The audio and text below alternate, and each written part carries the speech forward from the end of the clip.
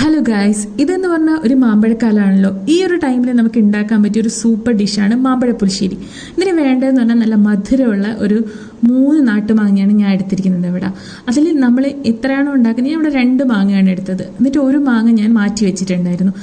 ഈ ഒരു മാങ്ങയുടെ തോലൊക്കെ കളഞ്ഞെടുത്ത ശേഷം അതിലേക്ക് ഞാനൊരു പച്ചമുളകും കുറച്ച് കറിവേപ്പിലയും മഞ്ഞൾപ്പൊടിയും മുളക് പൊടി കുറച്ച് വെള്ളം കൂടെ വെച്ചിട്ട് വേവിക്കാൻ വെച്ചു. അതിൻ്റെ കൂടെ തന്നെ ഞാൻ കുറച്ച് ശർക്കരയും അതിൻ്റെ കൂടെ കുറച്ച് നെയ്യും കൂടെ ആഡ് ചെയ്തിട്ടുണ്ടായിരുന്നു. ഇത് നന്നായിട്ട് വെന്ത ശേഷം ഇതിലേക്ക് വേണ്ട അരപ്പ് നമ്മൾ തയ്യാറാക്കണം.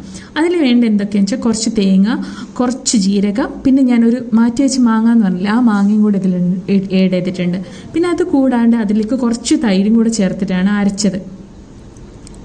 മാങ്ങ നന്നായിട്ട് വെന്ത ടൈമിൽ ഈ ഒരു അരപ്പ് നമ്മൾ ഇതിലേക്ക് ചേർക്കുകയാണ് കേട്ടോ വേണ്ടത്. എന്നിട്ട് അത്യാവശ്യം ഒന്ന് തിളച്ചാൽ മതി, കാരണം നമ്മൾ തൈര് ചേർത്തുകൊണ്ട്.